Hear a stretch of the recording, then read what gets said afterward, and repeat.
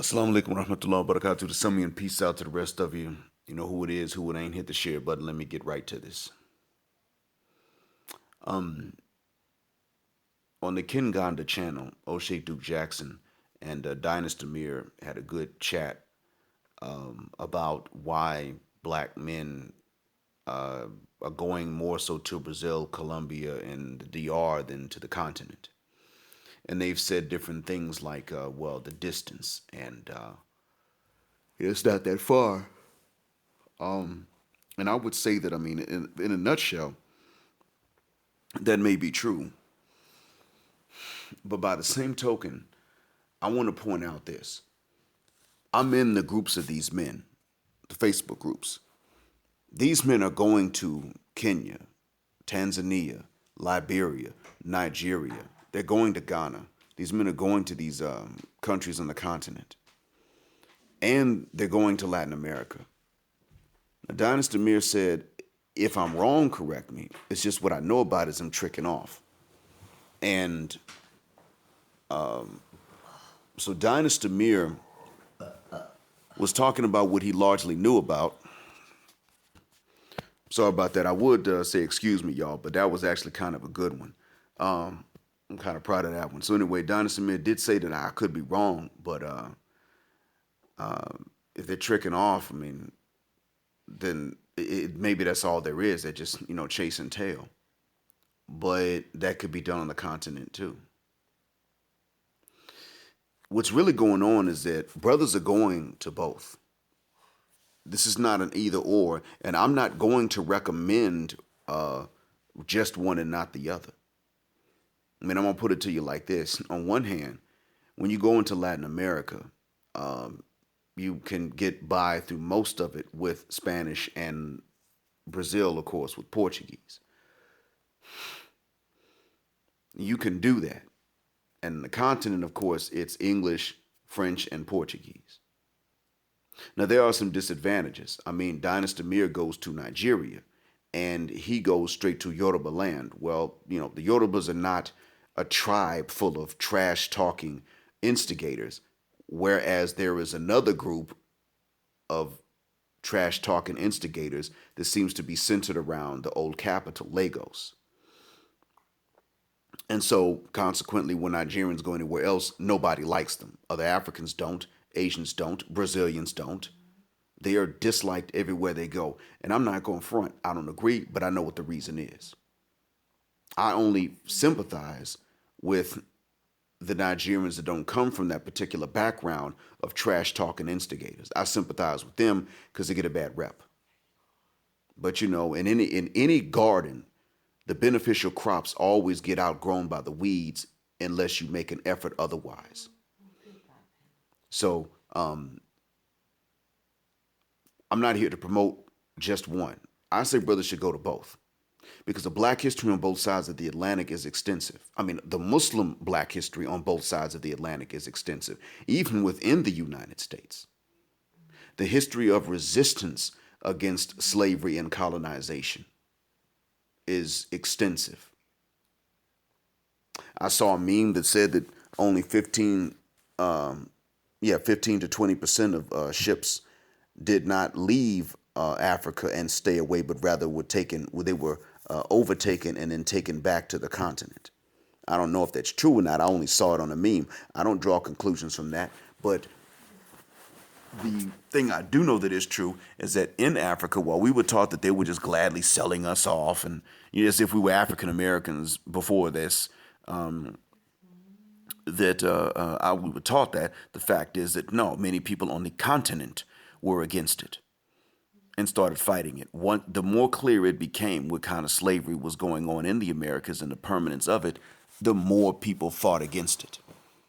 And there's a man named Muhammad al-Sharif. He's now a wanted fugitive by the FBI.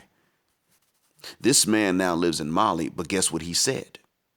Years ago, he was telling you, there's a short video clip of him saying, black people in Africa and in the Americas, largely Muslims included, were fighting jihads against slavery and colonization. Now, we're not supposed to know that. We're supposed to think that Even the Muslims were just capitulating to the Arabs. No, no. African Christians were not capitulating to slavery, and African Muslims were not capitulating to slavery, no matter who was perpetuating it. And as a matter of fact, Ahmed Yusuf Gabroon, in what's now Somalia, went into Zanzibar and killed Omanis and liberated Bantu slaves. As a Muslim, he did this. He went in and killed Omanis that were also Muslim, but they were involved in the slave trade. And he liberated Bantu slaves regardless of their religion. So this has been going on. Now, this is just the history. Now let's talk about today, and then I'll be done. In today's time, if you're into the history, you can find it. You can go to Salvador de Bahia, and you can find this in Brazil. I'm sure that there must be museums. That's the culture. I mean, that's the capital of black African culture in Brazil. I think Cartagena is the capital of that in Colombia. You can go there and you can see it. Well, I mean, don't get me started. The Dominican Republic is an African country just like Haiti is. It's just not geographically in Africa. And it's cool. Now, I'm not saying that everybody there's proud of it, but I think more of them are proud of it than what we think. Or that the island's divided about that. But in any case, let me go ahead and say this too, though. I would say that really the ideal situation would be for brothers to do both. Really, that's what I think should be done. If Oshay can do so, he should go to the DR and see some of the historical sites, because you see, that was actually the site of the first slave rebellion in the Americas. It's the Dominican Republic. I'm going back to the history, I know. But if you're a Pan-African like he is and like I am, like what Dynast is, that's a good place to go. That was not only the first slave rebellion's location in the Americas, it was started by Muslims. And the Taino Indians were invited to join, and they did, under the leadership of their cacique named Enriquillo. 1522, I believe. They started it actually on Christmas Day. So we're coming up on the anniversary of that. Forget Merry Christmas. Happy Wolof Rebellion anniversary. You see, it would be good for both of them to go. They've been to Africa. They can make the comparisons. Hell, they can actually tell the Dominican Africans about this.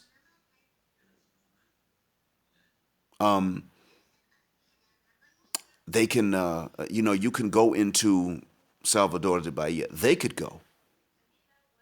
And Dynast Amir, having been into Nigeria so many times that he's now a Yoruba prince and a Nigerian citizen, Dynast Amir could go and he could tell them and learn something about the rebellion that happened in the Male Revolt that happened in 1835. He'd be interested to find out about this. And then he would have something to tell the Yoruba when he goes back into Yoruba land. These are things that they would love to know, because you see, there are people in the Caribbean that want to, and in the rest of the Americas, that want to connect with people back home on the continent. Guess which nationality of black people is in the easiest and best position to travel to both of them? That's us. So there's no either or.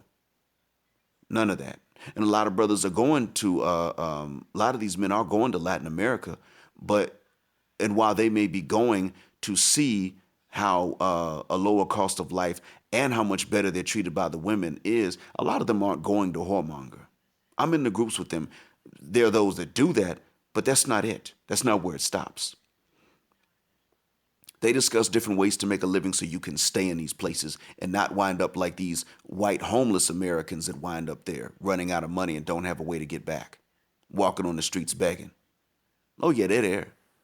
Brothers are talking about how to not be those guys. So it's not what it seems to be on the surface. And Dynast Amir even said, if I'm wrong, correct me. Well, you know what? Yeah, Dynast Amir, a lot of guys are there trying to figure out, what businesses to start. You got African Americans going to the DR and starting up restaurants. or buying property so that they could rent it out on Airbnb, things like that. You got brothers going into Colombia and looking to see what businesses they can start. And so it is deeper than what it seems to be. However, one thing that's not going to happen, whether it's Africa or Latin America, is that we're not going to have a bunch of men looking to travel to a place wherein the women are going to treat them as badly as the American women have. They're not going to go look for a place like that. It's not going to happen. And right now, Suriname is out of the question for that reason. The Bahamas are out of the question for that reason. More of the Anglophone Caribbean is out of the question for that very reason. Can't build a legacy with someone like that. That is the case. And so it's Latin America that's sort of a stronghold against that. And they say that even in Brazil, this misandric feminism is spreading. It's just that the ones who feel that way are not the ones that are talking to the African American men. So, no, I say they shouldn't be too afraid to go to the continent. But by the same token, it is a closer distance depending on which part of the United States you're leaving. I mean, I'm from the Gulf Coast. My friends can go into 3 major airports: Houston, New Orleans, or actually Tampa or Miami. Any of these airports, or the Atlanta airport in the southeastern United States. They can go to any of these airports and easily catch flights into the Northern Caribbean. And these flights, they are short, and there are no shorter flights going into the continent. That is true. They're not making that up. That really is the case. That's what they're dealing with. Now, if they're in California, they could fly into just about any part of the Americas in a much shorter time than they would fly into the continent. But now, if you're in New York, then it's about the same. You can fly into the Caribbean, or you can fly to the continent. And you could be in Casablanca in 6 hours. In 8 hours or 8.5, you could be in other parts, or you could use Casablanca as a resting stop until you go into other parts of the continent. So it depends on which part of the United States you're leaving. But yeah, I mean, you know what? It is cheaper and shorter in many cases to fly, especially from the southern half of the U.S., let alone the southeastern United States. From there to go to the Caribbean really is a shorter, less expensive, and cheaper trip. And when a lot of these travelers first began, they're going to find that it's that easy, and that's where they're going to start. Then over time, they're going to, if they find ways to make money and save, then they're going to be able to, fly to the continent more easily. Now, right now, I don't know where the Atlanta airport's direct flights are into the continent. You could tell me, Dynast. I would be interested to know. I guess I could look it up, but every time I open up a computer or something, I get disturbed. I'm almost never on a laptop without someone interrupting me. So I have a hard time looking up anything at this point. But if there are flights that cost about the same, then sure. But no, these brothers aren't against going into the continent for the most part. They may be against starting off there, but they're not against going. But it's not an either or. I mean, I think both of you gentlemen would actually enjoy trips to some parts of Latin America because you're not just going to trick off, you're going for other reasons. But now, to men that really are just, chasing tail, yeah, they're probably going to go into Latin America because they don't want to go and bring that stuff to the continent. Maybe. That's okay, yeah. Maybe so. But that's for the ones that are just going chasing tail. That's a different story. I can't speak for them. That's the end of it. That's as much as I know. Thanks for listening. Assalamu alaikum wa rahmatullahi wa barakatuh.